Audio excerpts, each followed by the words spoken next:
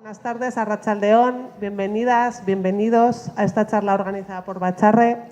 Lo primero, agradeceros la asistencia en este viernes, que competimos con Amaya de Operación Triunfo. No sé si habéis pasado por el ayuntamiento, pero estaba impracticable. Bueno, agradeceros la presencia y agradeceros que hayáis recogido esta convocatoria. Que estéis aquí presentes en esta charla organizada por Bacharre en el que vamos a tratar el polémico tema de la gestación subrogada. Este espacio lo vamos a plantear como en dos partes, una parte de escucha, de formación, de encuentro y una segunda parte en el que abriremos el debate a las personas que estéis aquí, ¿vale? Entonces, para tratar el tema, en esta primera parte tenemos el enorme placer y la gran suerte de tener a Sara Lafuente y a Elisa en esta mesa. Y en esta segunda parte contamos con la gran suerte de teneros a todas y a todos aquí presentes. Cuando nos planteamos organizar esta charla, desde Bacharre también mirábamos el tema de la gestación subrogada desde los clásicos dos polos, el estar al favor o el estar en contra, que son dos posturas enfrentadas. Pero poco a poco nos fuimos dando cuenta que para hacer un análisis en profundidad quizá deberíamos salir de estos dos polos y, como dice el cartel, ampliar la mirada y posicionarnos desde otro foco, donde poder atender a otros matices y poder hacer un análisis en profundidad. Sí, me pega. Y está siendo horrible lo que estoy diciendo. Ahora mejor. Sí. Bueno, pues el planteamiento de hoy es ese, salirnos de esas posturas enfrentadas, de estos polos opuestos, como decía antes, de estar a favor y estar en contra, y posicionarnos desde otra óptica. Y desde esa otra óptica poder atender a otra serie de matices y poder aprender de todo el tema en profundidad. Bueno, vuelvo a repetir, muchas gracias por estar aquí.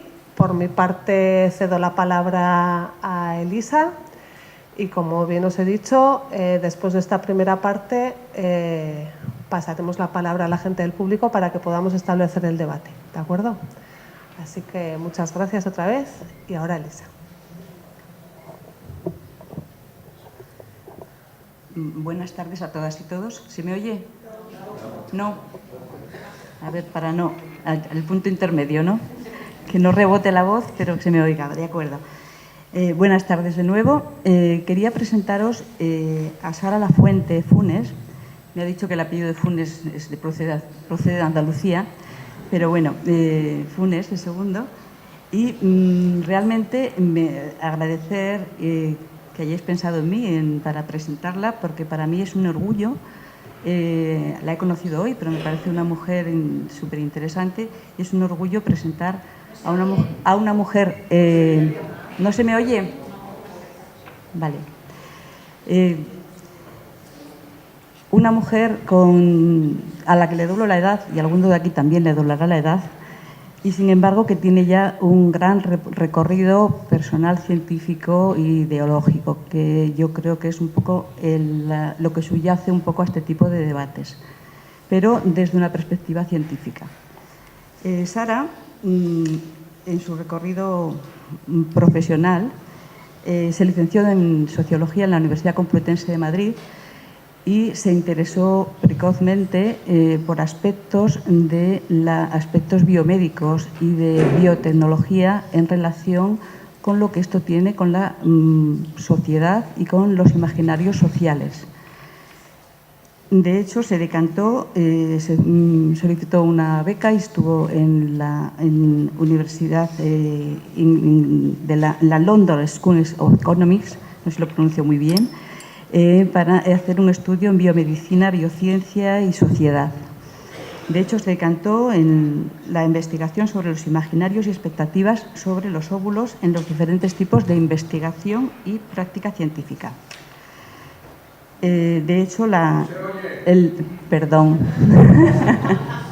que si no mete mucho ruido esto, perdón.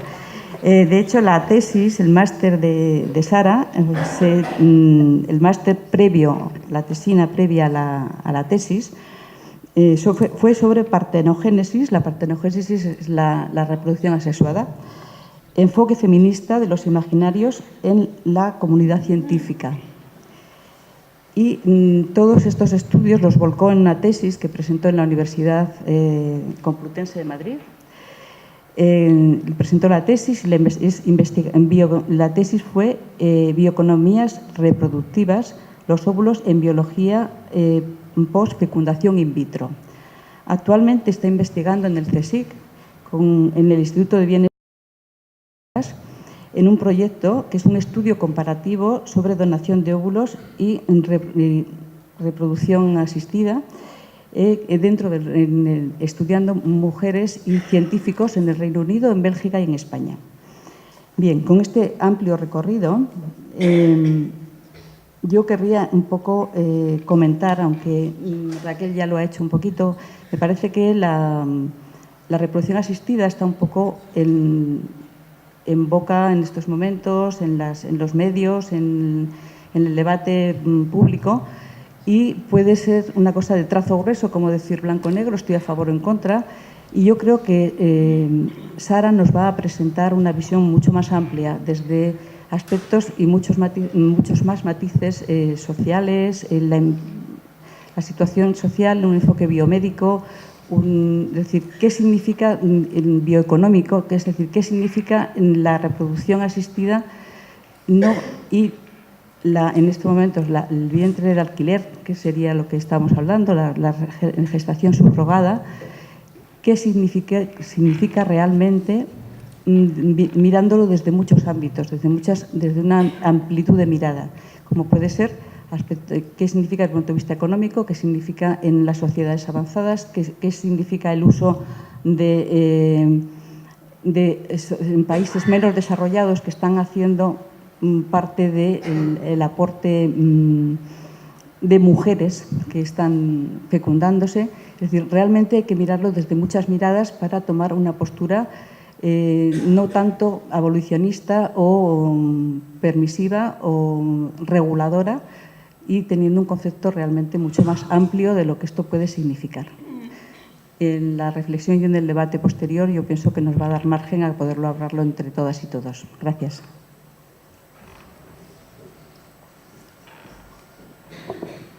Bueno, si me echáis un cable con lo de si se oye o no se oye, genial. Primero, muchísimas gracias a Bacharre y a Raquel en concreto, que es la persona que me ha contactado, por contactarme y por la invitación. Me parece súper interesante. Como todo el diálogo que hemos ido construyendo desde el primer email, en el que no sabía si me escribían porque yo estaba a favor o si yo estaba en contra, y entonces de repente empezamos a hablar y de ahí fue como surgiendo un poco como la idea final. A hoy habernos encontrado y haber conocido también a Elisa, que es un gran placer, y muchas gracias por posibilitar este encuentro y este debate. Y bueno, como un poco por lo que ha contado ahora Elisa, de todo, yo claramente, llevo un tiempo dándole vueltas a esta historia. Empecé trabajando cosas de reproducción asexual y viendo cómo los discursos en la propia biología y biomedicina sobre los cuerpos humanos y no humanos introducían como muchos discursos de género y económicos a la hora de entender la propia biología o naturaleza, y de ahí me fui interesando cada vez más por la reproducción asistida. De ahí, con esa pata un poco más profesional o de investigación y con otra más activista dentro del activismo feminista, va surgiendo como digamos el espacio en el que yo me voy planteando cuestiones de reproducción asistida y de gestación subrogada desde también una posibilidad de hacer un posicionamiento más político.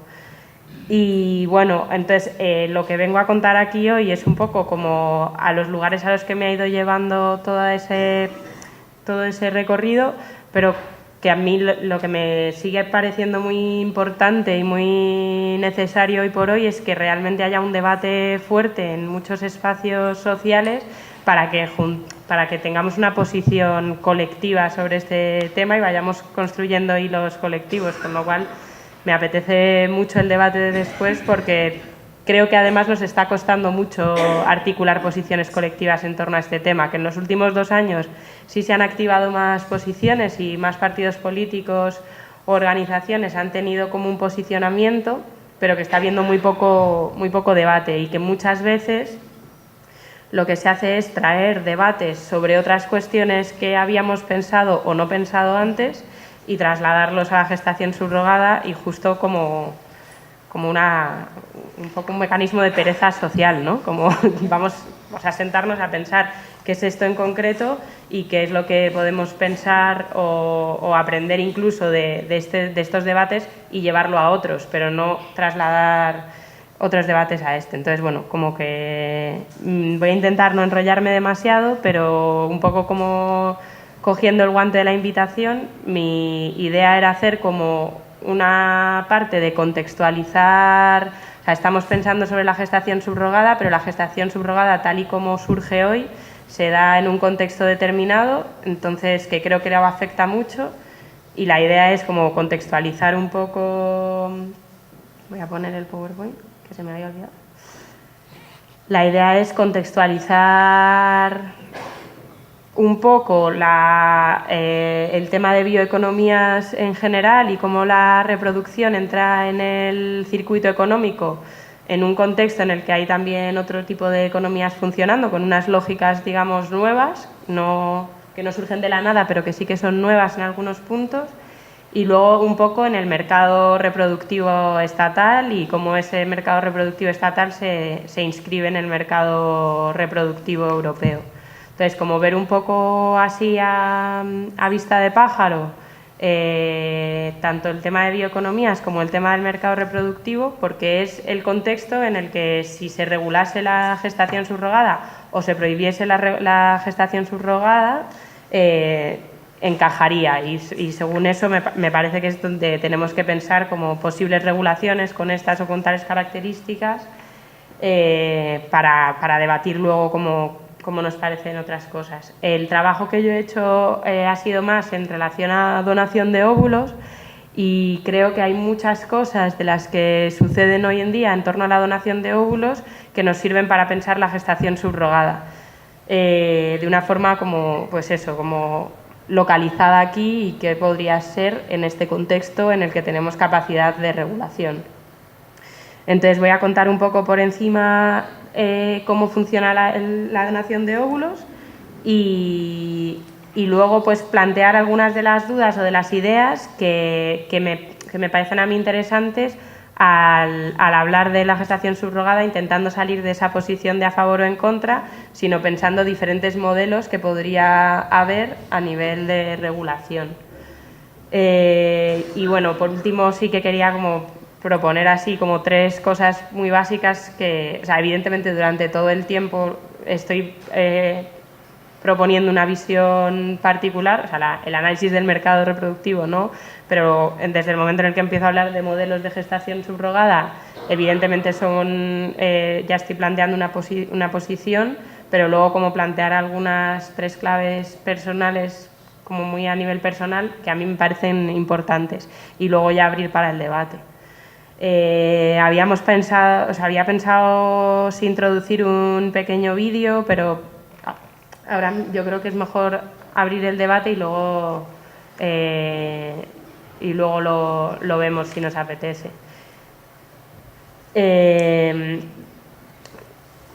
La idea de bioeconomía suena un poco a veces como demasiado lejana.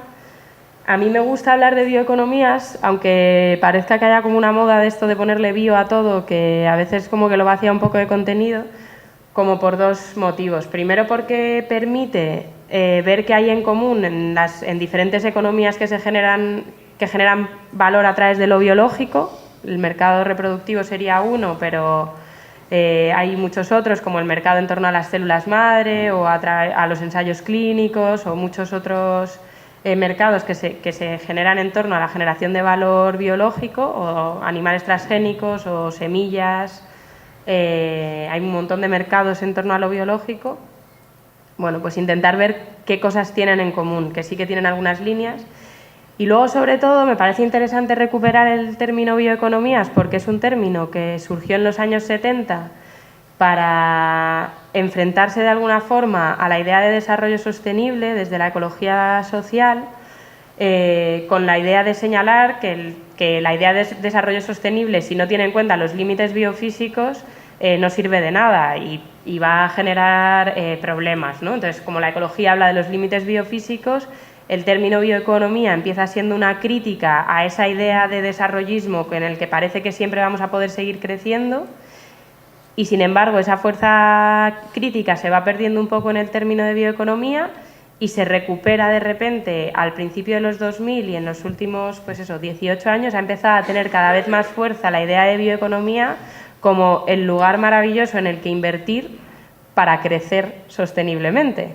Esto se hace en lugar desde perspectivas críticas, desde organismos internacionales, y entonces la OCDE, la Unión Europea y ahora también el Ministerio de Economía, la propuesta de crecimiento económico se hace dentro de la idea de bioeconomía, reinterpretando el término como una especie de crecimiento eco y sostenible. Entonces, como un poco también por aquello de recuperar los términos que acaban siendo reapropiados para hacer lo contrario a lo que se intentó en un principio, a mí me parece que desde la idea de bioeconomía y desde el feminismo, con el desarrollo teórico y práctico y activista que ha tenido el feminismo en torno a los límites, en torno a los cuerpos y en torno a muchísimas cuestiones conceptuales, se puede recuperar la idea de bioeconomía para hablar precisamente de eso, de los límites de los cuerpos. Si en un primer momento se habla de los límites biofísicos al hablar de bioeconomía, yo creo que el feminismo tiene como fuerza para hablar de los límites de los cuerpos y dónde queremos poner los límites de lo que se hace y no se hace con los cuerpos. Con los cuerpos, con las partes de los cuerpos, con los procesos biológicos.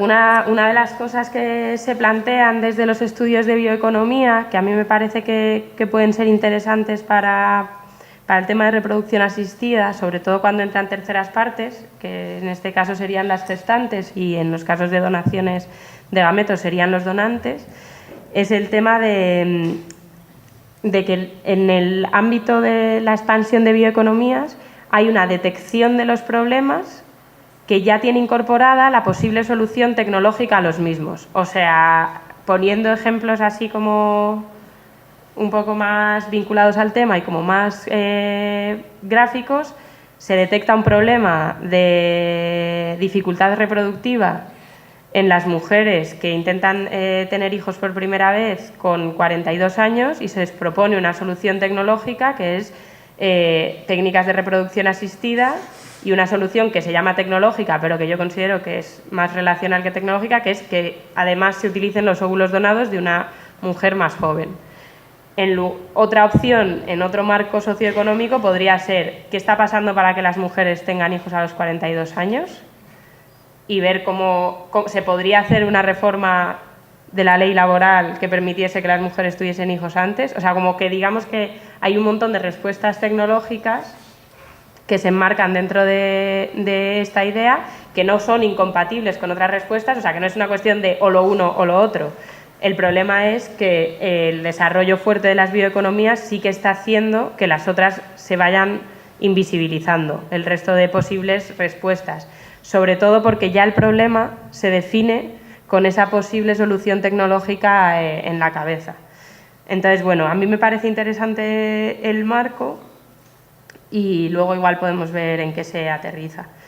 El ámbito de las bioeconomías en otros sectores se desarrolla de una forma, el ámbito de la bioeconomía reproductiva tiene algunas particularidades, por un montón de motivos, porque la reproducción tiene un montón de particularidades en cualquiera de los aspectos en los que lo analizamos. No me quiero meter mucho, porque quiero pasar a lo otro, pero bueno, el ámbito de lo privado, el ámbito de la familia, el ámbito de la familia heteronormativa, el ámbito de género, el peso que tiene el género en la reproducción y de separación y de naturalización de los hombres y las mujeres como dos partes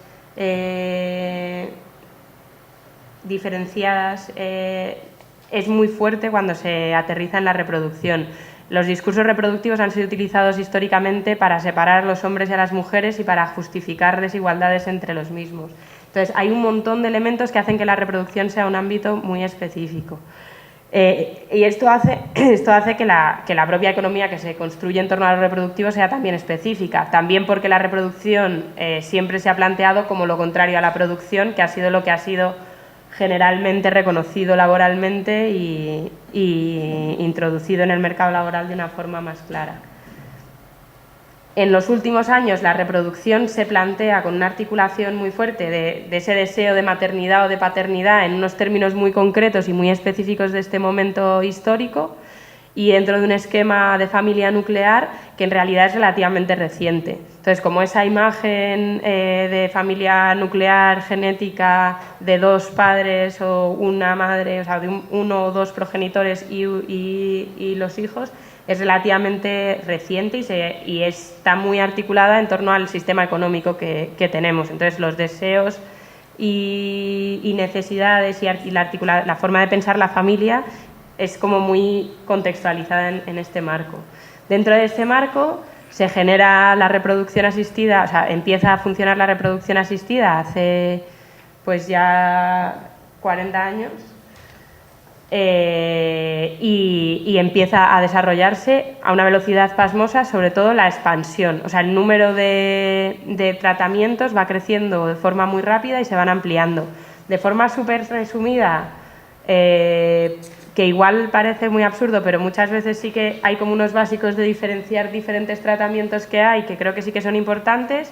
Digamos que los tratamientos que hoy por hoy se hacen a nivel estatal, que no hay prácticamente, o sea, que en relación al resto de Europa se permiten muchos tratamientos, o sea, no hay una regulación muy flexible, lo único que prohíbe es la gestación subrogada y la selección de sexo de los embriones.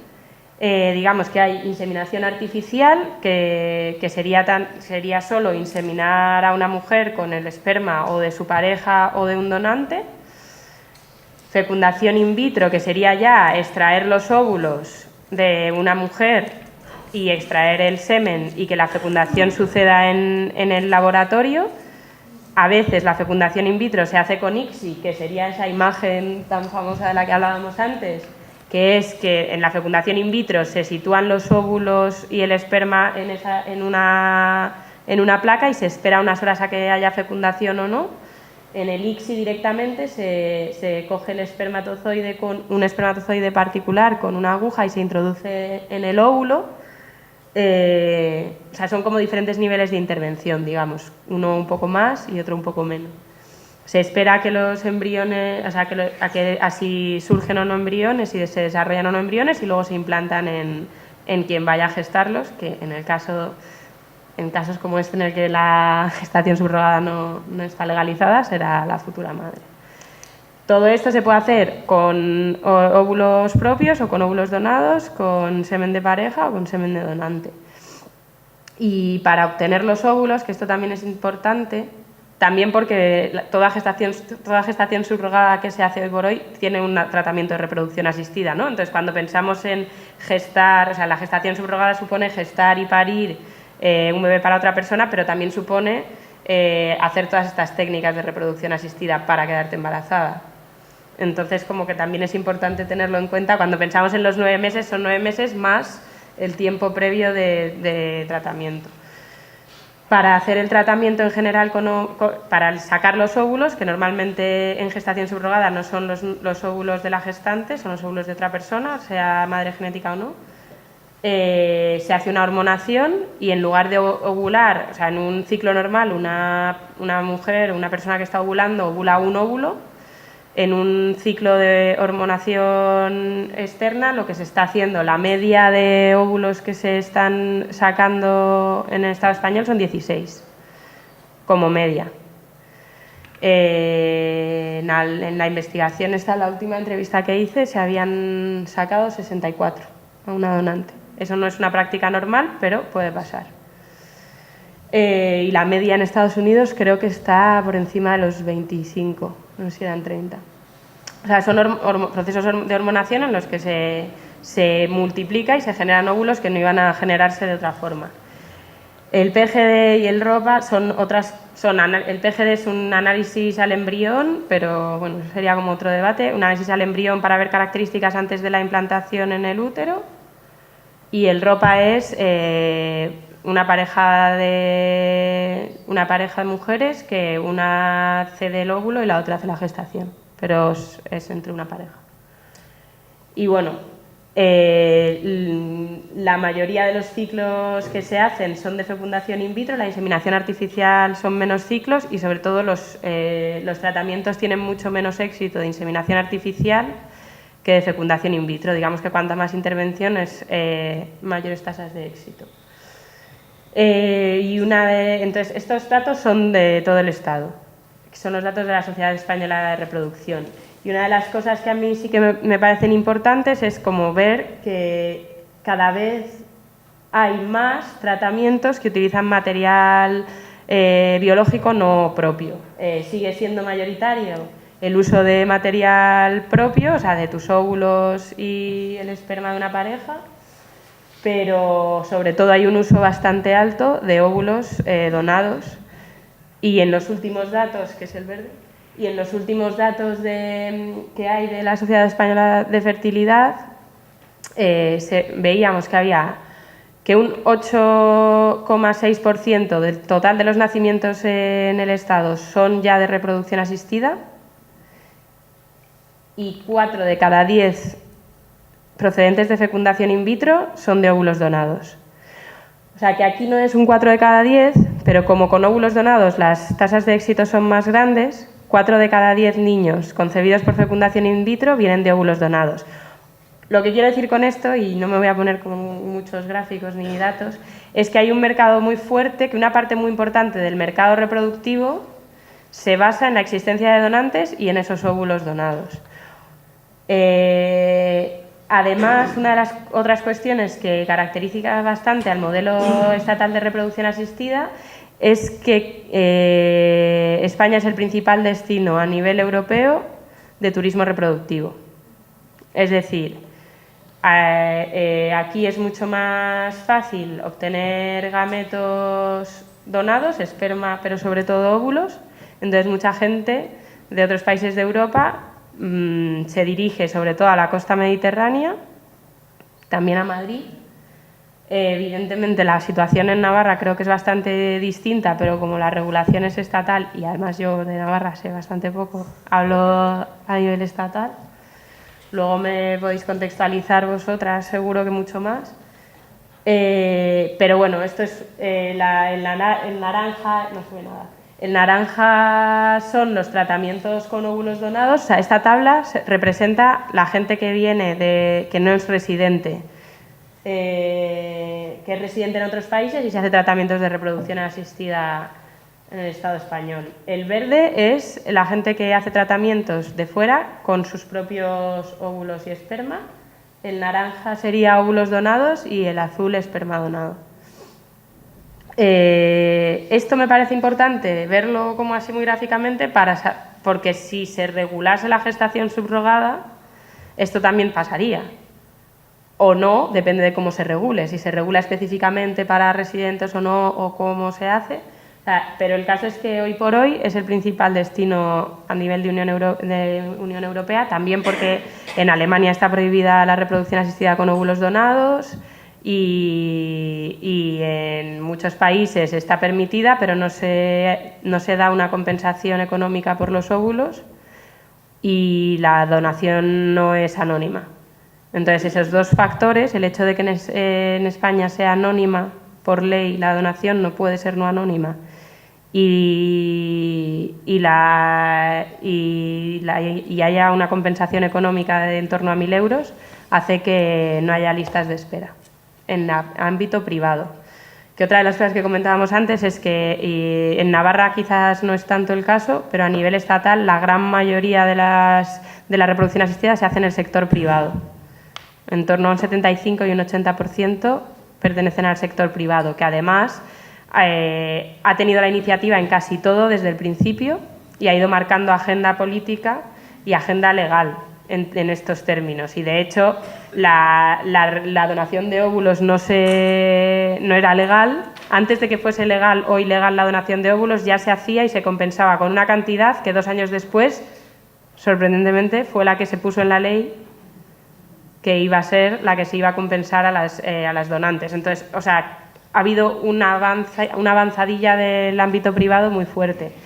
Y desde hace unos años el ámbito privado tiene un interés muy fuerte por la regulación de la gestación subrogada, entre otras cosas porque una parte muy grande de su negocio depende de que la gente venga de fuera a hacer tratamientos de donación de óvulos, pero en los últimos años se están congelando los óvulos y se están empezando a exportar. Si tú exportas los óvulos, el negocio es mucho menor. El negocio es para los bancos de óvulos, pero no para las clínicas, porque no hacen todo el tratamiento aquí. Entonces, hay una parte del negocio que se está, digamos, poniendo en duda y la gestación subrogada a nivel de las clínicas volvería a estabilizar, digamos, el negocio. Entonces, independientemente de que luego pensemos cómo afecta a las familias, yo creo que la parte de tener en cuenta cómo afecta al negocio es bastante importante. También porque probablemente tengan bastante que ver que las clínicas que tienen un nivel de control económico bastante fuerte estén muy interesadas en que se apruebe una regulación favorable, con que partidos como Ciudadanos esté haciendo una campaña política como muy dirigida a aprobar la gestación subrogada. Bueno, esto era lo que iba a contar. Hay algunas cosas que me voy a saltar porque si no, no nos va a dar mucho tiempo al debate, pero sí... Bueno, señalar que una cosa es el interés que tiene la gente que llega a la reproducción asistida y otra cosa es el modelo de negocio que tienen las clínicas, ¿no? Entonces, como que hay un modelo de negocio que lo que busca lo que se vende en las clínicas no es un bebé X, sino una búsqueda de unos bebés con ciertas características, un mayor control de la posible salud de esos bebés y una vinculación concreta, incluso cuando hay donación. Entonces, legalmente, las donantes tienen que tener una coherencia fenotípica con quienes son las receptoras, y entonces ahí hay como una, digamos, redefinición en términos raciales de quién es apto y quién no para donar, bastante interesante, que además tiene un aterrizaje muy concreto en el tema de gestación subrogada. Sobre todo cuando empieza a hablarse de gestación subrogada en otros países como en India, y una de las cuestiones así como que impactan mucho visualmente y analíticamente es el hecho de que en India se estén gestando bebés blancos, porque generalmente si se utilizan óvulos donados, los óvulos se adquieren en países donde las donantes vayan a ser caucásicas, Ucrania o Estados Unidos, y la gestación se hace en otros países. Entonces, o sea, a nivel racial y a nivel de desigualdades transnacionales, yo creo que hay ahí uno de los elementos que pueden ser interesantes como para el debate. Y bueno, la idea esta de búsqueda de bebés sanos y vinculados, si queréis la podemos hablar más luego, pero bueno, o sea, como la idea es como que se vende un modelo muy concreto. Y bueno, como simplemente ya lo he contado un poco, cómo funciona el modelo de donación de óvulos en las clínicas, pero una de las cuestiones como muy importantes es que se plantea desde las clínicas como la técnica de mayor éxito, porque evidentemente es la que tiene mejores resultados. Fundamentalmente en mujeres de a partir de 40 años. Digamos que si una fecundación in vitro normal con gametos propios tiene un éxito de un 30%, un poco menos, con óvulos donados puede llegar al 60% y en un segundo intento, según algunas clínicas, a un 90% de éxito. La cuestión es, por un lado, de dónde vienen los óvulos, quiénes son estas donantes y, por otro lado, qué están asistiendo. Por un lado, están asistiendo a las mujeres que no pueden tener descendencia propia con sus óvulos, y esto es lo que más se visibiliza. O sea, siempre vas a ayudar a otra mujer a tener un hijo. Los óvulos donados ayudan a otra mujer a tener un hijo. pero lo que no se visibiliza es que los óvulos donados los que están garantizando es la descendencia genética masculina de muchísimas parejas heterosexuales que podrían utilizar un embrión sobrante de otros procesos reproductivos y lo que hacen con un óvulo donado es mantener la herencia genética masculina y por otro lado están ayudando a las clínicas a poder atender a un montón más de parejas y un montón más de mujeres que no podrían ser atendidas sin óvulos donados. Y por último lo que están haciendo es aumentar muchísimo las tasas de éxito de las propias técnicas de reproducción asistidas que de por sí son muy bajas. Entonces, para mí me parece como muy importante señalar que ni la donación de óvulos ni en este caso la gestación subrogada serían técnicas de reproducción asistida, sino que serían casi asistencias a esas técnicas. Y lo que serían transferencias de capacidad reproductiva donde el éxito de esa reproducción no está en las técnicas, o sea, no es ese discurso biotecnológico en el que las tecnologías están ayudando a mujeres a quedarse embarazadas, sino que son la capacidad reproductiva de unas transferidas a las otras. Si lo pensamos como una transferencia de capacidad reproductiva de unas mujeres a otras o de unas mujeres a hombres, es mucho más claro que el éxito reproductivo depende de ellas y su papel debería ser puesto en un lugar mucho más central. Hoy por hoy las donantes de óvulos en una clínica de reproducción asistida desde luego no están ni en el papel central a nivel narrativo, a nivel de discurso, ni por lo más remoto a nivel central en la ganancia, porque es considerada, lo que se da es una compensación económica por las molestias, que son en torno a 1.000 euros, que sería algo muy distinto a lo que tendría si eso estuviese regulado a nivel de mercado. Sería muchísimo más dinero. Luego hay otro modelo en el sector público, que es prácticamente inexistente, pero que existe, que es el de donación cruzada. Yo voy con una... Todo esto lo cuento porque creo que son modelos que pueden servir para pensar diferentes modelos de gestación subrogada, si se diese el caso de regularlo de forma favorable. La donación cruzada que está funcionando en algunos hospitales públicos es, si yo necesito un óvulo porque tengo una menopausia temprana o algo así, voy con una amiga que quiera donar para mí, pero como la donación por ley es anónima, esa amiga donará a una mujer que lleve a otra amiga que me donará a mí. Esas donaciones no se están compensando económicamente en el sector público, entonces hay muy pocas, pero las que hay son el perfil socioeconómico de la mujer que va a recibir los óvulos es igual que el que la mujer que dona, y la motivación no entra en cuestión, porque es evidente que es una cuestión relacional, no se cuestiona. A mí me parece interesante separar eso, la idea de ovodonación y de gestación subrogada, de la idea de técnica de reproducción asistida, también porque me parece que hablar de ellas como técnicas cierra el debate de alguna forma. Y creo que hablar de una transferencia lo puede abrir. La verdad es que el palabra no es muy amable, pero es un intento, igual podemos llegar a otros. Entonces, un poco hilando un poco a lo que hablaba de qué es lo que está resolviendo la donación de óvulos, que parece que solo es ayudar a una mujer y en realidad tiene un montón de papeles más, tanto a nivel económico como a nivel patriarcal, si se quiere, qué es lo que me parece interesante a la hora de pensar en la gestación subrogada, pensar qué es lo que está resolviendo, porque de primeras también se habla de la gestación subrogada como algo que ayuda a una mujer a quedarse embarazada, pero se ve como muy en ese contexto, o sea, a tener un hijo.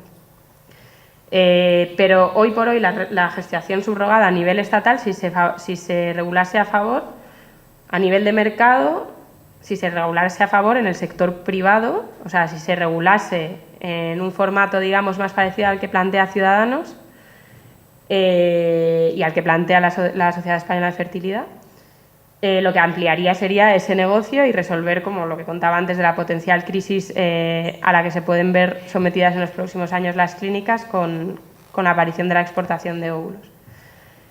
Y luego resuelve la gestación subrogada un deseo muy particular de paternidad y de maternidad, muy vinculado en algunos casos a la genética, en otros casos a problemas de patologías por los cuales algunas mujeres no pueden gestar, pero en todo caso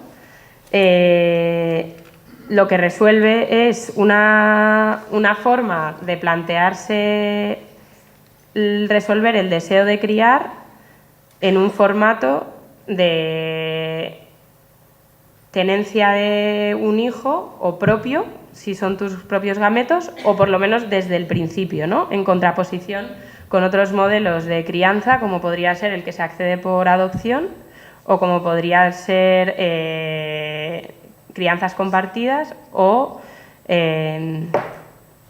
me sale.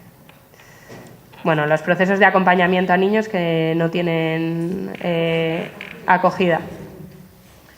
Un proceso de acogida que sería otro tipo de crianza, pero que no sería una crianza, digamos, en un formato familiar. Entonces, la gestación subrogada es una forma de acceder a la maternidad, a ese tipo de maternidad como muy concreto. En ese sentido, me parece que enfrenta un problema como muy circunscrito en una lógica concreta de un formato de tener hijos y que propone una solución como muy concreta y que invisibiliza otras posibles formas pues eso, de acceder a la crianza de formas más amplias. Eso sería un poco. Teniendo un poco todo esto en cuenta y como intentando reducir para ir al debate, yo planteo que existen, o sea, que dentro de los modelos de los que se habla, digamos que del altruista, lo que voy a contar en primer lugar, que sería como el altruista o relacional, que sería gestación subrogada sin compensación económica y en principio yo creo que, siendo realista, este se daría más entre personas que se conozcan. No quiere decir que no pueda darse entre personas que no se conozcan, pero yo creo que se daría más. Es del que menos, yo creo, menos se está hablando. Aunque sí que se está hablando a veces, pero bueno, con poca especificidad. El altruista con compensación económica es el que más probabilidades, más espacio está ocupando a nivel discursivo y a nivel de propuestas políticas, y además yo creo que es el que tiene más probabilidades de funcionar, de proponerse, porque sería como una transposición del modelo de donación de óvulos a la gestación subrogada. Y por último, habría otro modelo que sería directamente asumir, dado que hay compensación económica, que hay una relación mercantil o laboral, y crear una nueva figura de tipo laboral, que sería la gestante. Ahora lo vemos. Yo no he hecho una presentación de los diferentes modelos neutra.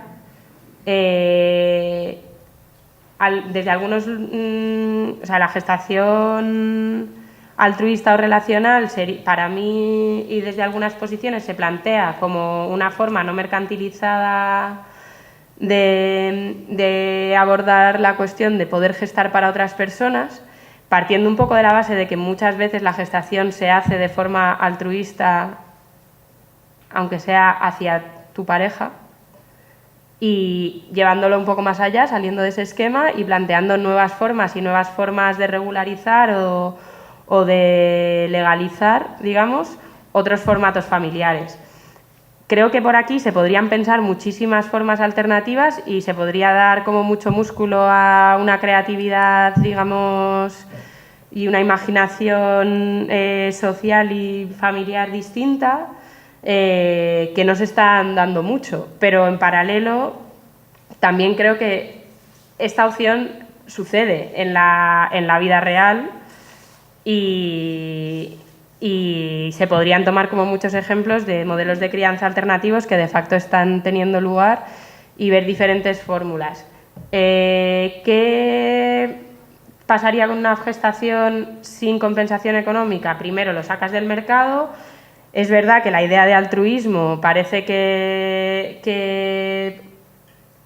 habiendo estudiado mucho, o sea, como aprovechando todo lo que se ha estudiado desde el feminismo sobre el altruismo y cómo se presupone que las mujeres tenemos que ser altruistas, habría que tener cuidado en no caer en esa idea y en hacerlo de otra forma, pero bueno, se podrían plantear diferentes formas. Una forma de organizarlo entre personas no conocidas o conocidas pero con una mediación externa sería vía Organización Nacional de Trasplantes, igual que se hacen los trasplantes de órganos no vitales.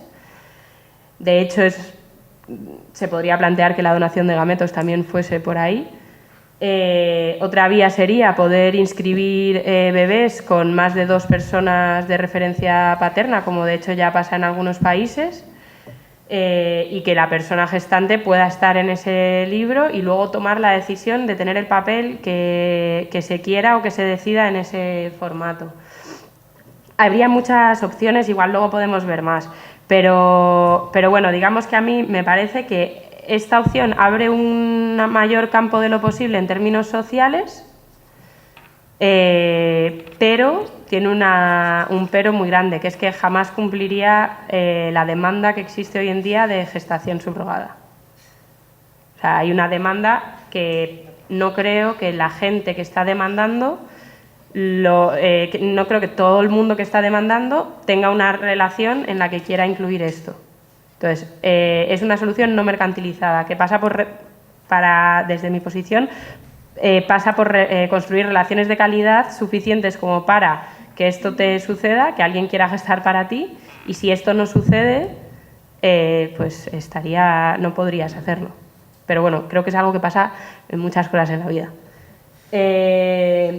La otra opción, que es la de gestación subrogada, que es altruismo con compensación, en la línea que plantea Ciudadanos y en la línea en la que se plantea, se hace de facto la donación de óvulos, permite una cobertura de esa demanda, digamos, si se hace una compensación que garantice que hay suficiente oferta de gestantes. A mí me parece que uno de los riesgos principales es que se genere una estratificación a nivel social entre los cuerpos y las clases sociales que gestan y quienes pueden permitirse comprarlo, todo esto siempre que se haga en el sector privado. Bueno, no, en el público también sí hay compensación económica, perdón. Y en este caso, a mí lo que me parece, digamos que los 3 primeros puntos creo que son comunes a la gestación subrogada con compensación y a la gestación subrogada como categoría laboral, y los 2 últimos no. La idea de altruismo con compensación lo que hace es que convertir al altruismo como una especie de dispositivo de control. Las mujeres tienen que hacer las cosas por amor, con lo cual esto, aunque haya una compensación económica sin la cual no habría mujeres que lo hacen, también lo tienen que hacer dentro de un discurso del amor. Y luego que yo diga esto no quiere decir, o sea, el querer ayudar, no digo que no exista una voluntad de ayudar por parte de las gestantes, sino que el hecho de que quieran ayudar, si hay dinero de por medio, no quiere decir que no puedas tener derechos laborales. Quiere decir que igual que las profesoras de primaria o o un montón de trabajos o las médicas también tienen una parte de querer ayudar, eso no contrapone sus categorías laborales. Y por último, de la idea de la categoría laboral, que a mí me parece que tiene bastante interés, es algo así como decir, bueno, si estamos dispuestos a que haya una mercantilización y a que haya dinero entre medias de la gestación, reconozcámoslo como una categoría laboral, seguimos enfrentándonos a los mismos riesgos, pero se reconoce como una categoría laboral y se tendrían que reconocer una serie de derechos asociados a las características particulares. Entonces habría que analizar varias cosas. Por un lado, la intensidad horaria, o sea, el concepto que tenemos de trabajo se estalla en cierto sentido con un trabajo que son 24 horas al día, 7 días a la semana, durante en torno a un año como mínimo, incluyendo el embarazo por reproducción asistida, el embarazo, el parto y la recuperación. No hay posibilidad de descanso y ahora que lo estaba preparando justo en toda la preparación de la huelga del 8 de marzo, tampoco posibilidad de hacer huelga. Y unos riesgos para los cuales necesitaríamos como una descripción, digamos. Esto, en cuanto a riesgos, hay muchos trabajos que también tienen riesgos, está la minería, o sea, yo pensaba que estábamos intentando como movernos fuera de esos trabajos con esos niveles de riesgos físicos, pero existen categorías laborales a las que se ha hecho un análisis de esos riesgos y se ha decidido cómo se reconocen esos riesgos, cómo se compensan en términos económicos o de prestaciones particulares. Habría que hacer una línea en ese sentido. Ahora, realmente, si reconociésemos todo eso, el dinero que costaría la gestación subrogada sería bastante alto. Así, para lanzar al debate, y porque ya son las 7, a mí algunas de las cosas que me parecen como desde mi posicionamiento, digamos, feminista, anticapitalista, y me parece como que hay ciertas cosas que son irrenunciables. A mí, de las 3 opciones que he nombrado, la más peligrosa me parece la del medio. O sea, la idea de altruista con compensación me parece que entraña muchos peligros, tanto a la hora de naturalizar la idea de las mujeres como aquellas que hacen todo por amor, como además con un punto de no pagar realmente las cosas por lo que cuestan. Entonces, o lo hacemos de una forma realmente cuidando que no esté monetizado, o si lo monetizamos con un reconocimiento laboral y con un cuidado hacia ese tipo de trabajo biológico, y además pensamos que supone reconocer el trabajo biológico y también pues cuáles serían los siguientes pasos y qué otras cosas se podrían monetizar. Y luego, una cosa básica que creo que falta mucho en los debates y que sí que me parece como fundamental es que lo que se defina como línea roja a nivel estatal tiene que funcionar como línea roja también para los bebés que vienen de fuera. O sea, si definimos que no estamos de acuerdo en que haya gestación subrogada, en que haya mujeres que gesten para otras personas en Navarra o en Madrid, también los bebés que entren tienen que cumplir las mismas regulaciones, porque si no sería una ley absolutamente racista. O sea, no podemos querer para otras lo que no queremos para nosotras. Y luego me parece importante tener presente, por eso hacía la introducción, el papel que juega el Estado a nivel internacional, a nivel europeo, tanto como tanto por la gente que se va desde aquí a hacer procesos de gestación subrogada, como país de destino, si la gestación subrogada se regula favorablemente en el ámbito privado, ¿cómo haríamos para gestionar esa afluencia de gente de fuera? Y también tener en cuenta que es algo que no está muy claro cómo se va a regular en ningún sitio, que van tanteando cosas. En la India al principio había una regulación muy abierta, luego la cerraron porque recibían demasiada gente. En unos estados de Estados Unidos se hace de una forma, en otros de otro. En Rusia y en Ucrania han ido como testeando diferentes formas. No es algo que en ningún sitio esté afianzado ya.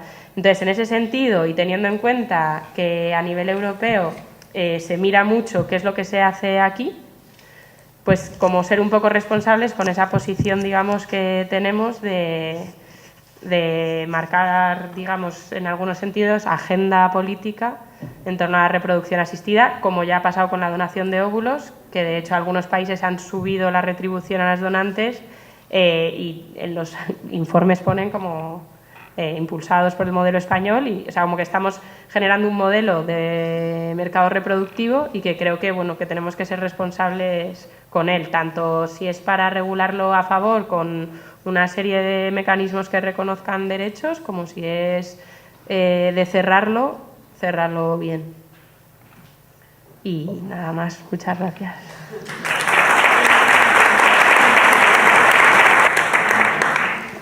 Pues gracias a ti, Milasker.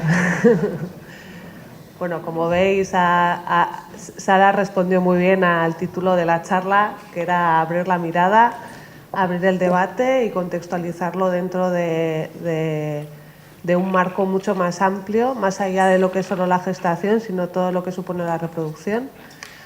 Así que a partir de aquí la invitación es para vosotras, para vosotros, para que podáis plantear dudas, cuestiones de una forma sosegada, tranquila, tenemos a dos grandes expertas con el que podemos intercambiar impresiones, así que la palabra es vuestra.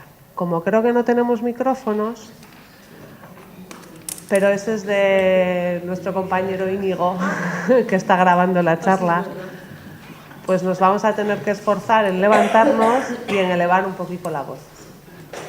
Oye, una pregunta. ¿Por qué somos la vanguardia en esto en Europa? Pues nos miran como referente. ¿Por qué estamos más avanzados? ¿Es bueno o es malo? ¿Voy contestando? Sí. Somos la avanzadilla, no tanto avanzadilla, o sea, el avance biomédico es igual en todos sitios. Lo que pasa es que aquí, entre otras cosas, no ha habido nada de debate político ni social en la regulación de la reproducción asistida. Entonces ha habido una regulación muy amplia y muy permisiva que ha hecho que se genere un mercado privado muy fuerte y sobre todo que haya un montón de donación de óvulos y de esperma, pero sobre todo de óvulos. Como la donación de óvulos en muchos países está prohibida y en otros muy limitada, en parte porque ha habido mucho debate social y ha habido mucha gente que se ha ido oponiendo o ha ido frenando y se ha ido introduciendo de una forma mucho más lenta, nos miran a nosotros porque aquí no hay escasez de óvulos. En el resto de Europa se está hablando todo el rato de que hay mucha más demanda de óvulos que existencia de óvulos en los bancos de óvulos. Entonces se mira al modelo español porque se considera que no se sabe muy bien lo que pasa porque hay muy pocos estudios. Se crea un poco la idea, por ejemplo en Europa del Norte, de que es que las españolas somos muy altruistas y entonces se van generando narrativas pues el altruismo de las mujeres valencianas ha conseguido que yo tenga 2 hijos, pero no se hace una crítica un poco más profunda, por ejemplo, de que los lugares a los que se destina, o sea, los lugares a los que va la gente de Finlandia, Noruega, Alemania y Reino Unido, ¿no? Que yo creo que en el mapa están situados todos como en torno a una zona, es a Ucrania, Grecia y España. Entonces, como que, o sea, hay una división en términos económicos muy clara, pero que luego en términos narrativos no es esa. Entonces, España tiene como mucha influencia por eso, porque tiene un desarrollo del sector a nivel mercado muy fuerte, una legislación muy permisiva que ha permitido que ese sector crezca mucho y una disponibilidad de óvulos mayor que en ningún otro sitio. Sí, el mercado, digo, clínicas privadas mayoritariamente.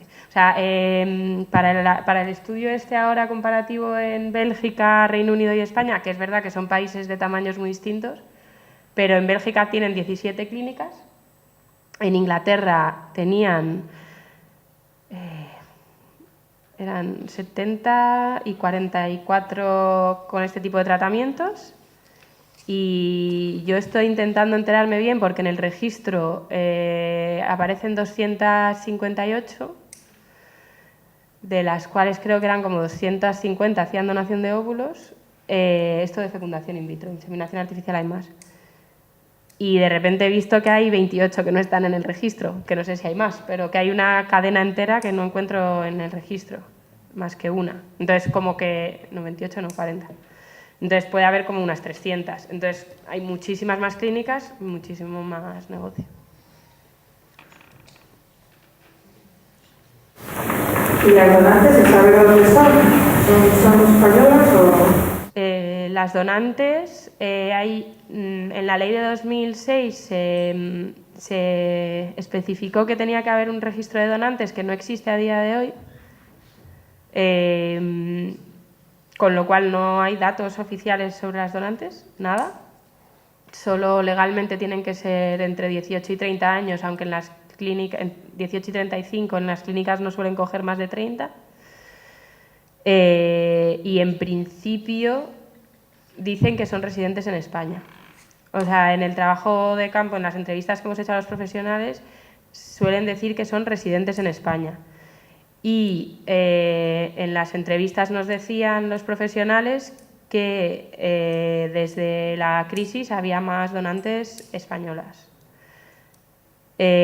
Como legalmente hay una idea de que la donante y la receptora tienen que ser coherentes fenotípicamente, pues se buscan donantes de unas características particulares, sobre todo teniendo en cuenta que hay mucha gente que viene de fuera. Entonces, en algunas clínicas sí que nos dijeron que hacían propaganda específica en embajadas, como la Embajada de Rusia, la Embajada de países en los que puedan tener donantes caucásicas. Y en otras clínicas nos decían que rechazan directamente a las donantes latinoamericanas.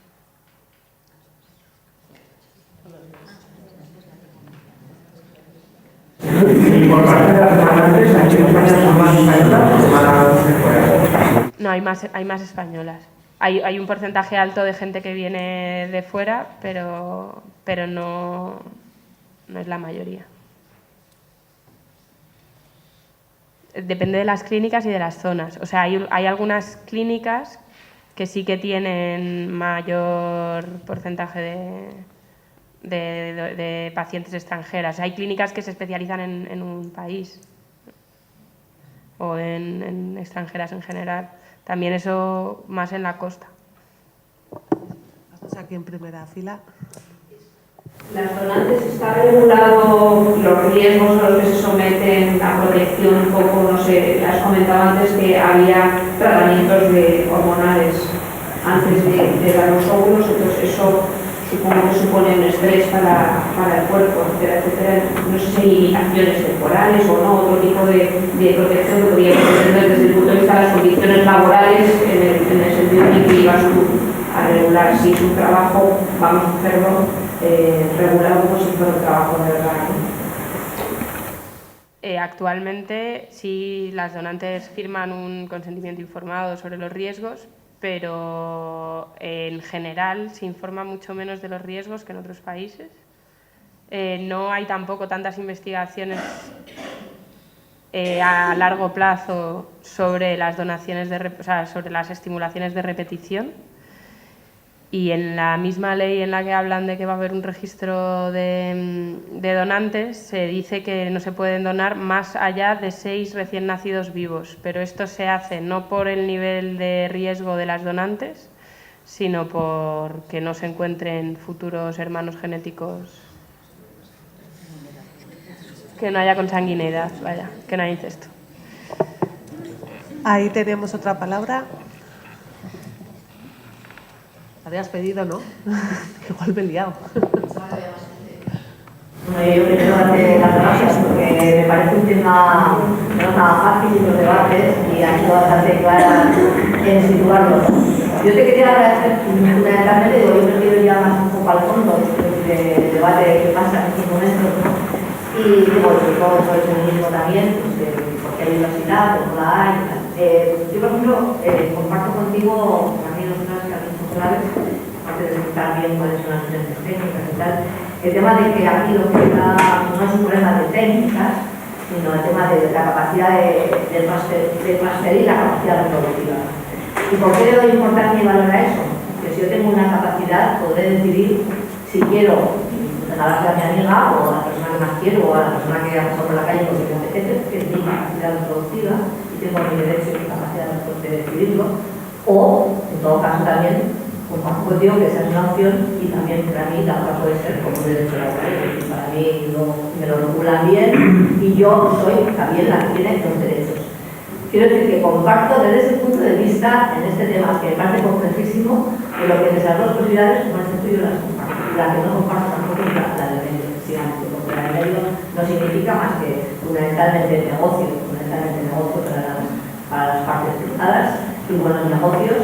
Y además, porque sí que importa mucho desde el lugar de reconocer algo, decir, bueno, si tú lo vas a hacer que sea reconocido, pagado y en lo que vale, es seguir jugando con nosotras con aquello de que somos tan buenas, ¿verdad? Pues lo hacemos sí, pero a medias, pero como nosotras que lo hacemos por amor, por esto, por lo otro, por lo que sea. Bueno, que lo pase a limpias. Si lo quiero hacer es porque quiero dejárselo a otras personas, porque es mi capacidad y quiero hacerlo por estas personas, sin más, sin que haya ningún tipo de negocio por ellos o que estén las garantías sanitarias, claro, que tenga que haber, etcétera, etcétera. Y lo otro es porque efectivamente me lo planteo como una posibilidad laboral y por lo tanto estoy regulada con lo que tú has explicado, compleja, etc. Bueno, yo la hago debate así porque creo que para mí es lo que digo, el medio, creo que es la que luego yo me aplicaría, quiero decir, pero digo por situar, porque yo ya sé que todo esto, claro, lo estamos planteando también en un sistema que es el que es.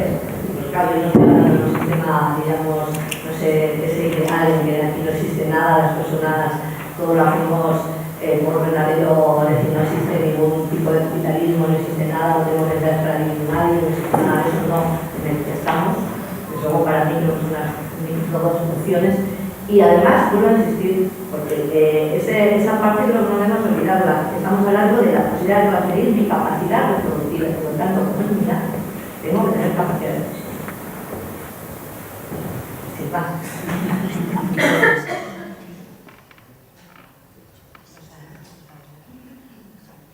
Si queréis entrar al debate, pero igual tú quieres decir algo. No, yo quería plantear una cosa que me parece que has abordado un poco al principio. Sí. Una cosa que has planteado un poquito al principio, que me parece que es la introducción del contexto general y evidentemente es como cuando nos ponemos a arreglar el mundo, ¿no? Que todo el mundo opinamos y todo el mundo pensamos, esto habría que hacerlo así o tendría que solucionarse de esta forma, pero como evidentemente la realidad nos aborda y nos supera, bueno, esto lo dejamos al lado, entonces nos limitamos a hablar de cosas más concretas, que a lo mejor es lo que sí que podemos abordar. Tú has planteado, bueno, por una parte cambiar las leyes laborales y luego yo hago una reflexión que me parece importante y es que de alguna forma aceptamos que el sistema, todo este sistema está sustentado en la desigualdad y de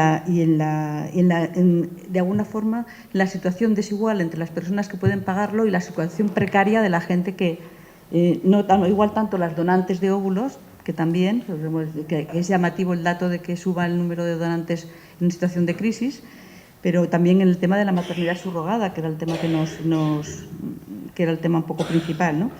Y es el tema de que realmente hay mujeres en situación, no es tontería que se haga en la India, ¿no? En situación de desigualdad social entre unos países y otros, entre países ricos y pobres, entre que es más barato desde el punto de vista de mercado hacerlo en la India, aparte que la India tenga una situación legal más amplia, pero realmente de alguna forma las mujeres que se implican en este tipo de aceptación de una maternidad subrogada, muchas veces partimos de una situación de desigualdad, de precariedad y de necesidad de supervivencia por parte de estas mujeres. Eso en cuanto a la situación un poco contextual a nivel un poco mundial. Y luego ya a nivel concreto el planteamiento, como tú decías muy bien al principio, que nos metemos en una sociedad de consumo, una situación tecnológica, una sociedad que al final hace que las mujeres atrasemos el momento que queremos embarazarnos y cuando vamos a querer, y no podemos, ¿no? Y tenemos que recurrir, viene el sistema y nos lo soluciona. Entonces, realmente, por una parte la realidad está ahí, por otra parte estamos viendo, pues yo quiero tener o parejas gays o individualmente, pues tengo un hijo, lo tengo y me lo traigo, entonces también un tema ilegal de cómo se legalizan todos estos casos, evidentemente hay un debate social y entonces yo me plantearía que si estamos planteando esto, ¿dónde nos marcamos los límites? En el altruismo lo hago por mi amiga, en la madre subrogada, como tú dices, mercantilista. Es decir, a mí me parece que también el contexto social en el que no nos planteamos nada, es decir, no estamos planteando qué están planteando los partidos políticos, que se legalice, estamos planteando también cambiar el sistema de mercado, estamos planteando que facilitar las leyes laborales que permitan que las mujeres puedan acceder a la maternidad en unas situaciones más jóvenes y, por tanto, no tengan que recurrir a que el sistema les solucione técnicamente el embarazo, porque evidentemente el embarazo no es una situación exenta de riesgo, la estimulación ovárica tampoco, pero el embarazo incluso más. Conseguir esto de alguna forma, es decir, por una parte la situación sería lo que tú planteas, es decir, vale, pues aceptamos que el mercado es así, que la situación es así y regulemos lo más acorde o lo más, por lo menos, justo para esa mujer que está de alguna forma jugándose un poco, entre comillas, pero jugándose un poco aspectos físicos de su vida que pueden ser de riesgo, ¿no? Entonces nos planteamos esto, pero nos planteamos también cambios sociales, nos planteamos pelearnos por cambios de leyes. Yo lo lanzaría un poco ahí. Teníamos ahí al fondo una palabra. Bastante la línea que acabas de comentar ahora, ¿no? Yo reconozco personalmente que a mí me ha sorprendido el enfoque, porque yo me esperaba, o sea, no venía con, ¿no? Y fundamentalmente quien vive esto son las mujeres pobres. Es físico y es emocional, 9 meses de vínculo es mucha cosa. Para que tú tengas que dar al chiquillo, por la vez te has metido en una cosa que ni sabes lo que puede hacer. Yo lo veo bastante desde un enfoque capitalista frotarse las manos. Yo no acabo de entender el beneficio que pueda tener esto para la mujer desde el punto de vista feminista y luego para los últimos, para la mujer pobre. La verdad, lo siento si es más así, pero me ha sorprendido, no estaba a lo mejor tan puesta, pero me rompe mucho con el tema de lo que creo, sinceramente. No acabo de entender el gran beneficio ni para unos colegios, ni para mujeres, ni para las más pobres. Si está mal que se haga en granjas de la India, como hemos visto reportajes atroces, luchemos para que eso no se dé. Yo, por compartir un poco, sinceramente, ¿no? como lo he vivido un poco el diálogo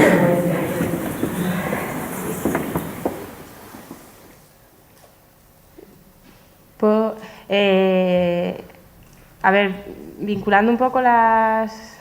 Me ha parecido muy interesante lo que has dicho y lo que planteas de las luchas sociales, o sea, a mí me parece básico, ¿no? O sea, ¿por qué estamos luchando por resoluciones parciales a una parte de un problema mucho más grande sin ir a la raíz común? Y a ver, o sea, pues en el caso, o sea, ¿por qué no estamos teniendo unos hijos antes? ¿Por qué no hay una mayor apuesta por una regulación laboral que permita, laboral y general? O sea, ¿cómo puede estar tan lejos del centro de todo la sostenibilidad de la vida como para que sea tan difícil y tener que hacerlo en los márgenes y estar dedicando tanto tiempo a soluciones individualizadas, mercantilizadas, parciales del problema reproductivo sin estar abordando lo más grande? No sé, me cuesta un poco hablar de este tema intentando plantear un debate que no sea como muy polarizado, o sea, que no sea muy polarizado. Tengo la sensación, lo hablábamos antes, de que según quien me escuche me dicen, pues salir de la favor o en contra, pero estar totalmente en contra. Y de repente, en este último comentario me parece casi lo contrario, como estoy totalmente a favor. Yo creo que no estoy quizás bastante más cerca de estar en contra que estar a favor, y a mí idealmente la opción que me parece más razonable es una gestación relacional, sin duda, pero luego entiendo como el contexto en el que estamos, y dentro de ese creo que es importante hablar también de las otras dos opciones, porque son las que están encima de la mesa y porque la de altruismo con compensación me parece especialmente tóxica. Pero vamos, que me parece súper interesante escuchar como las diferentes posiciones, ¿no? O sea, como lo último que se acaba de decir de no veo ninguna forma en la que esto pueda ayudar a nada de los intereses de las mujeres, y la idea de es mi capacidad reproductiva, yo decido. Y en ese sentido, yo tengo un problema con lo de decidirlo todo. O sea, yo no tengo el más mínimo interés de decidir todo en mi vida. Me parece como importante, o sea, como que me parece que se nos ha ido un poco de las manos. Y esto, bueno, como que creo que hace, como que igual no lo tengo del todo como narrado de una forma tal, pero hay muchas, o sea, incluso en este capitalismo hay límites colectivos a las cosas. Entonces, ¿dónde los queremos poner? O sea, yo no puedo vender mi riñón por mucho que quiera, porque no puedo, porque es ilegal. y no puedo trabajar en una casa sin cobrar a cambio de techo y comida, porque es ilegal, pero es mi capacidad de trabajo, pero no lo puedo hacer porque colectivamente hemos decidido que eso no se puede hacer, que eso no está bien. Entonces, por ejemplo, con lo de los riñones es en lo único, o sea, pongo ese ejemplo también porque a mí me ha ayudado a pensar en un momento dado. Yo no quiero tener la libertad de poder decidir comprar un riñón si un día lo necesito. Yo prefiero que esa decisión ya esté tomada. Porque si lo tengo que decidir yo y estoy justo a punto de morirme, igual decido algo con lo que no estoy de acuerdo. Entonces, no digo que alguien tome la decisión por mí, pero sí creer en sujetos colectivos más fuertes desde los que podamos tomar decisiones de una forma colectivizada, ¿no? Que no sea tan individual. Es que al final, a nivel individual, somos un poco precarios, ¿no? O sea, no sé. Pero me parece que ahí está como gran parte de la chicha. Ya me caigo. Vaya. Si no me equivoco, vuelve... O si te parece, damos palabra a que todavía no la ha tomado. Pero muy breve y así que puedan hablar las que no han hablado, ¿te parece? Sí, digo que sí, pero que sea una intervención breve porque han 5 o 6, entonces eso. Sí, tira. Solo quería decir que yo parto de la base que estamos de acuerdo en todo lo demás, es decir, la situación que vivimos, el capitalismo, el patriarcado, yo esto lo doy por hecho, el común de las personas que estamos aquí, más o menos. No quería entrar, o sea, quería decir a partir de ahí, en esta situación, que me parece sin más. Y doy por hecho también algo que se me había olvidado antes, que era el tema de que cuando hablo de aquí, hablo a nivel general. Y que no lo pido aquí, digo que la idea es de otra manera, o de esto, o de lo otro, de la misma manera generalizada. Yo era solo eso de que me parece que en todo caso, que es, o lo decido porque hay una relación alta, o en todo caso, o lo tengo bien regularizado y en lo caso está bien, y no lo que ha dicho que debe hacer. Solo hablaba de eso, que tiene que ser eso. Vale, si no me equivoco por cómo habéis levantado la mano, tenemos en esta fila un poquito más adelante de la... eso, es que como no sé cómo llamáis, perdonad, y luego justo en el lateral hacia la puerta, creo que habéis levantado 2 o 3 la mano. Vale, o sea, una, la de atrás y la de adelante, ¿vale? Es el... me he explicado. Venga, va. Bueno, yo lo primero felicitar que me ha encantado la forma en la que lo has explicado, que he seguido muy bien y la verdad que no lo había visto desde el principio. Muchas gracias. Y me ha gustado mucho cómo habéis planteado el enfocar esa posibilidad de entregar tu capacidad reproductiva altruistamente, pseudo-altruistamente o en venta y poner ahora así a la mujer donante y gestante en el foco, pero a veces me parece que olvidamos que también hay otra persona implicada que es el bebé y que rara vez va a tener debate, ¿no? Ese bebé también está entregando parte de sus derechos con su nacimiento, ¿no? Desde el punto de vista de que la donación de es anónima y ya nunca va a saber si tampoco soy experta quién es su madre genética. Con la madre gestante puede haber una relación, porque puede vivir en otro país, según como se está pensando todos. Y me parece que hay el revés ahora que parece que sea importante la educación fetal, la lactancia después, bueno, estas cosas son importantes respecto a quien te gesta, el bebé pierde eso nada más nacer. Entonces, bueno, que a veces lo olvidamos y no se naciamos. No sé si sobre eso también tienes algo que aportar, quizás. No sé si contestar o que a mis tres lo que sea. Y ahora me lo apunto. ¿Os habéis oído? No. Hacemos unas preguntas y luego intenta hacer respuesta.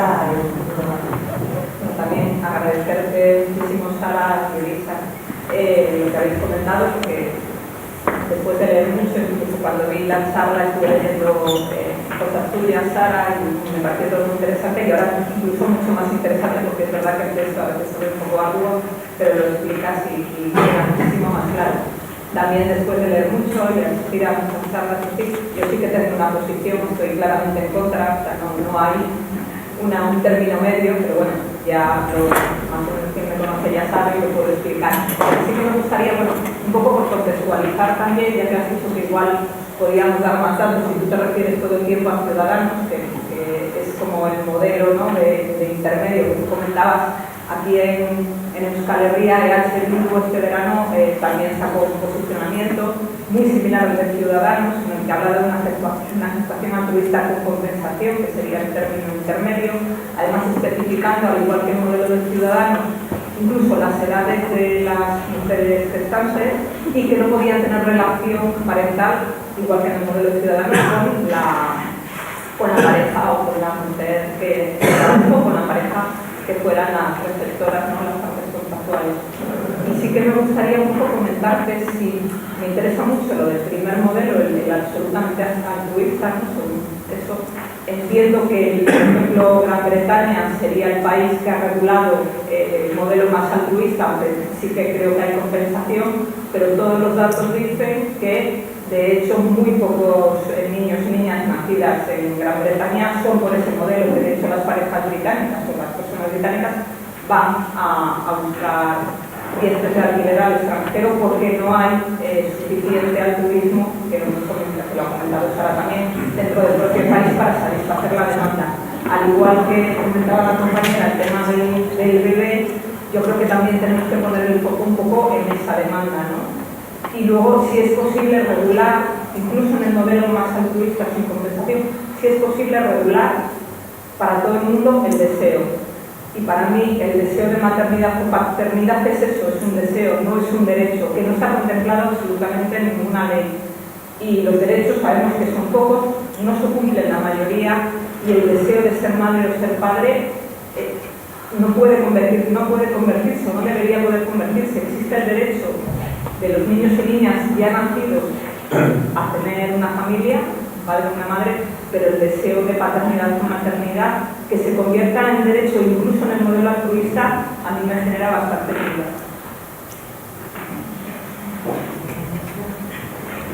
Bueno, pues yo no lo voy a mirar ahora mismo, porque no por la vuelta, pero yo estoy a favor. Yo creo que si me da la vuelta a la sala, no sé, estoy a favor. Yo quería plantear el caso, porque aquí cuando has dicho de cómo debemos poner el lugar de alguien, ¿verdad? Cuando alguien necesita una opinión, cuando alguien necesita, quien sea, nadie nos podemos igual, porque como no es para nosotros, cada uno tiene tiempo. Pero bien, ya ves esta parte, con 25 años, estás casada, recién casada, te aparece un cáncer, no tienes que pasar a los niños, tienes que pasar fuera, y te dicen que cuando no se puede tener familia. Quiero que os pongáis en el caso de vuestro hermano, vuestra hermana, pero claro, si nadie como los puede probar, ¿no? Algún hermanito no va a tocar, no ser mi hermana, no va a ser mi familia ni nada. Entonces, quiero preguntarte qué casos has vivido muy de cerca de estos procesos de educación en hogar. ¿Has vivido algunas familias, muchas familias? Si no me equivoco, hay una palabra más, tenemos que las saludamos todos y luego le pasamos la Sí, voy a ser breve porque creo que se ha dicho ya un poco lo que quería decir. Lo primero, agradecerte la presentación porque además me ha aclarado bastante y creo que has hecho un planteamiento bastante aséptico para facilitar precisamente el debate y poder reflexionar acerca de una o de otra postura. Pero a mí lo que me parece importante como punto de partida es lo que acaba de decir la que ha intervenido hace 2 turnos, dijera un poco en lo que quería insistir, que es en el deseo. Es decir, y que lo has planteado en una de las primeras diapositivas. Es decir, el deseo de paternidad o maternidad, ¿hasta qué punto es un derecho o lo convertimos en un derecho? ¿O cualquier deseo que yo tenga se puede convertir en un derecho? Pues no, hay deseos que no puedo poner en práctica porque van en contra de la libertad de otras personas. Entonces, a mí me parece que en cualquier caso, es decir, se está planteando desde un punto de vista este tema, y pienso que más económico. y sobre todo visto el interés o los intereses más que médicos, económicos que hay por debajo. Entonces, a mí me parece que el debate, o por lo menos desde el movimiento feminista y desde otros movimientos, debería ser ético. Es decir, éticamente esta sociedad, ¿qué es lo que cree y hasta dónde se puede llegar? Porque el ejemplo que ha puesto la ponente, que yo también lo estaba pensando, es el de los trasplantes.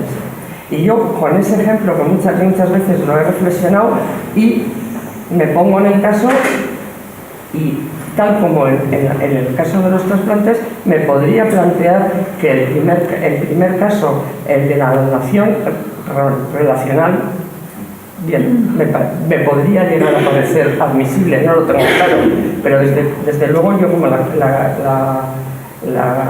que he intervenido hace los turnos, mi posición es clara. En principio es contraria a cualquier otro tipo de regulación. Desde luego al segundo caso, por supuesto, y el tercero, por supuesto. Es decir, porque va a utilizar en cualquier caso lo más débil, que es el cuerpo de las mujeres, como siempre. Y yo creo que eso lo tenemos que tener desde el movimiento feminista bastante claro y empezar un debate por ahí. Hay un par de palabras más, respondes a... porque si no... Como algo más igual. Y luego damos el turno a los que habéis pedido ahora, ¿vale? A ver cómo contesto, intentando vincular las diferentes cosas para no... De lo de los niños que resulten del proceso, a mí me parece súper complejo. Creo que es súper importante incluirlo y que se nos va. Y una de las cosas que tenía en mis apuntes que no he dicho, era un poco relacionada a eso. A mí me parece que sí abre muchos debates, o sea, como que sí abre muchas líneas pensar en las personas que han sido gestadas por terceras partes y sobre todo a nivel transnacional. Y una de las cosas que, por ejemplo, a mí me parecen bastante interesantes es como el nivel de integración de las diferencias transnacionales, de las diferencias de clase que puedes integrar sabiendo que te han gestado en la India. O sea, a mí me parece que sí que son preguntas que está bien plantearse, pero me parece que como que hay que hacerlo como con mucho cuidado también para ver qué significa la gestación y bueno, como con cuidado, pero sí me parece súper importante como pensarlos. A mí, personalmente, creo que no me habría gustado mucho. O sea, me parece que se integran las diferencias de clase de una forma muy encarnada. Pero esto habría que verlo. No me parece que sea tan distinto, igual esto le parece una burrada a mucha gente, a cómo se integran las diferencias de clase y las diferencias transnacionales, las diferencias norte-sur por parte de los niños que se crían con internas de otros países, que es algo muy habitual dentro del mercado, dentro del empleo de hogar interno, me refiero. O sea, sí, en las adopciones es de otra forma, pero bueno, como que son cosas que me parece importante plantearse. Y de lo siguiente, bueno, un poco la segunda intervención y la última, a mí lo que me sale es decir, ¿en contra de qué? O sea, en contra, la legislación actual lo prohíbe directamente. Entonces, una opción, o sea, como que prohibirlo es una opción, pero en la última intervención decías, estoy en contra, pero en la primera opción no tan en contra. Entonces, vamos a... O sea, como esa era como... O sea, no es una crítica en absoluto, es justo lo contrario. O sea, como claro, es que a veces cuando planteamos en contra, no sé, como que no sé cómo se aterriza. O sea, ¿cómo lo hacemos para aterrizar el en contra? Si es en contra en todos los casos, se prohíbe y se prohíbe que entren niños. O sea, ¿cómo lo hacemos y qué solución damos? Yo no creo que haya que solucionar la demanda, pero hay que pensar algo que hacer con eso, o sea, como de alguna manera.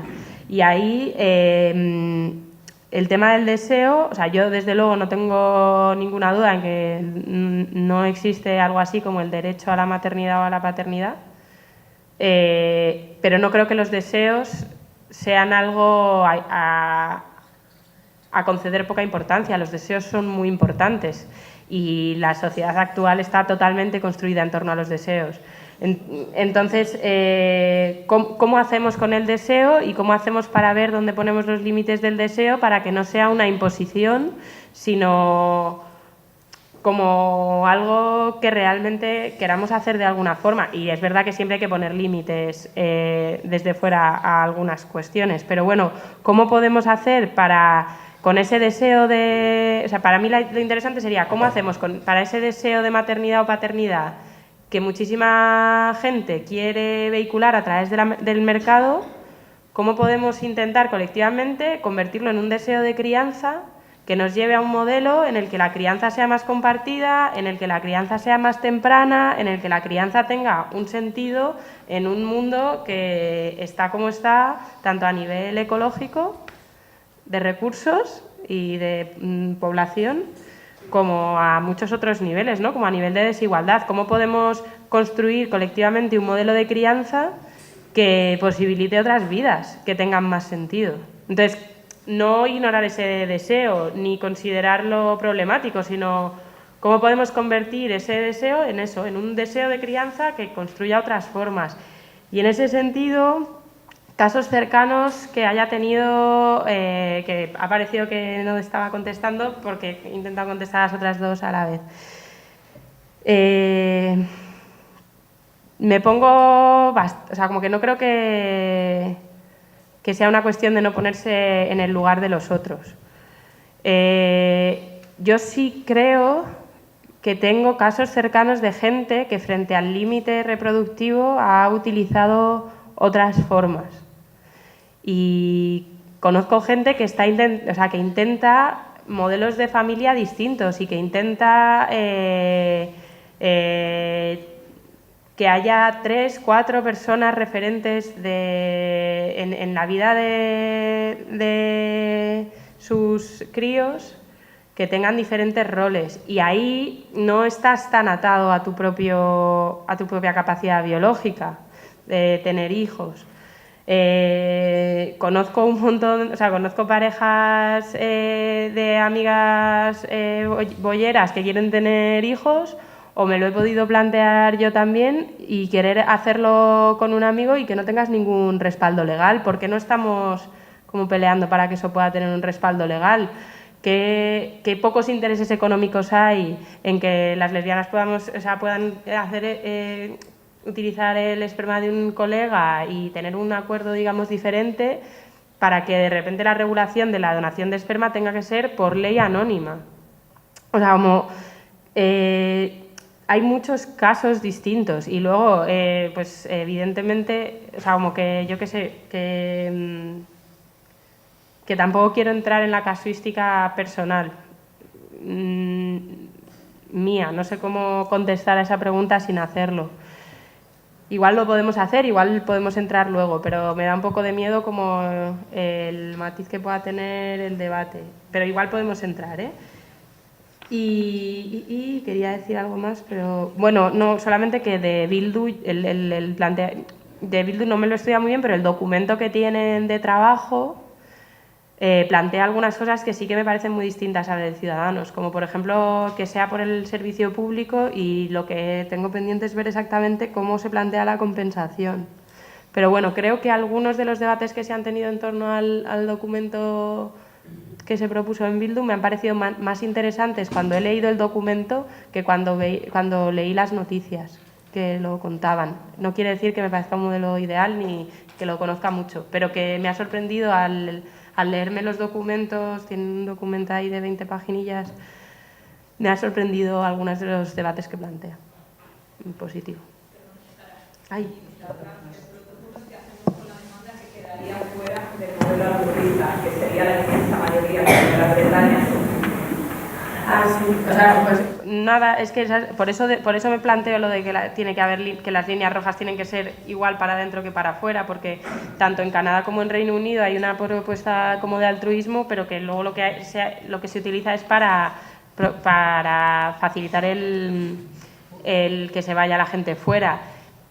Algunos estados de Australia, lo tenía apuntado, pero algunos estados de Australia tienen una regulación como cerrada, o sea, como que solo permiten altruista, pero también tienen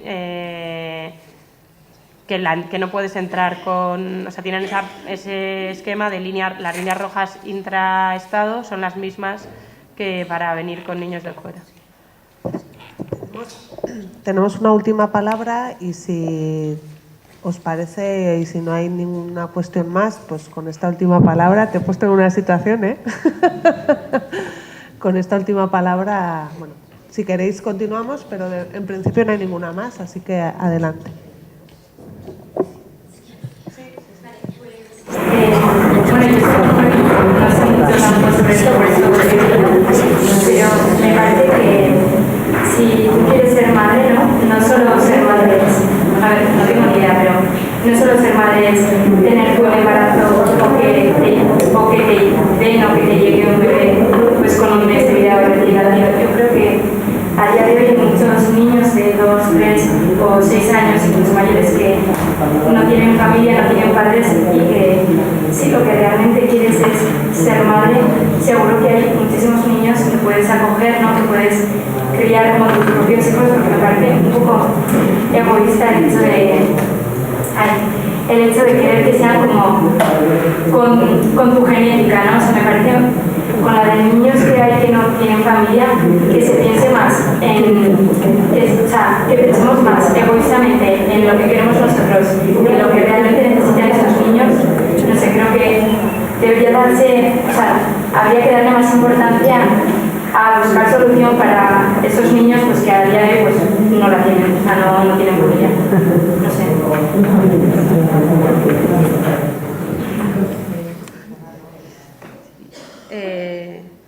Bueno, yo creo que hay como algunas claves.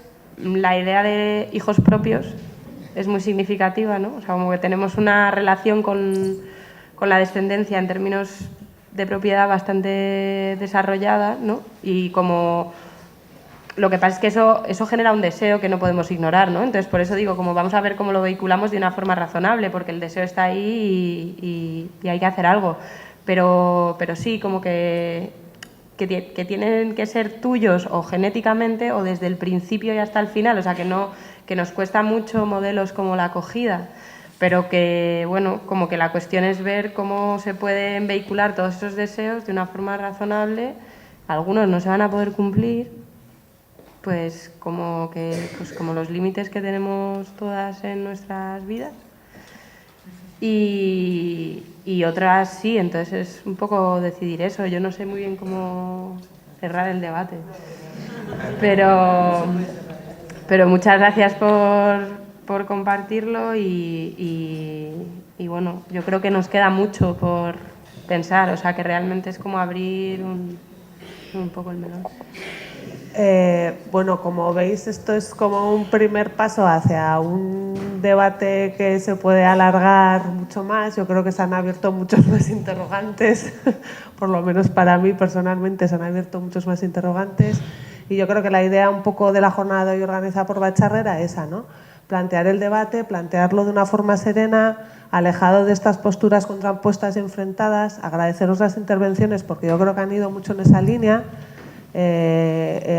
Comentarios y aportaciones muy sosegadas, muy tranquilas, así que agradeceros desde ahí esa participación. Otra vez con esto, por supuesto, agradecer a Sara su intervención y a Lisa, por supuestísimo. Y Mila esker, muchas gracias y continuaremos.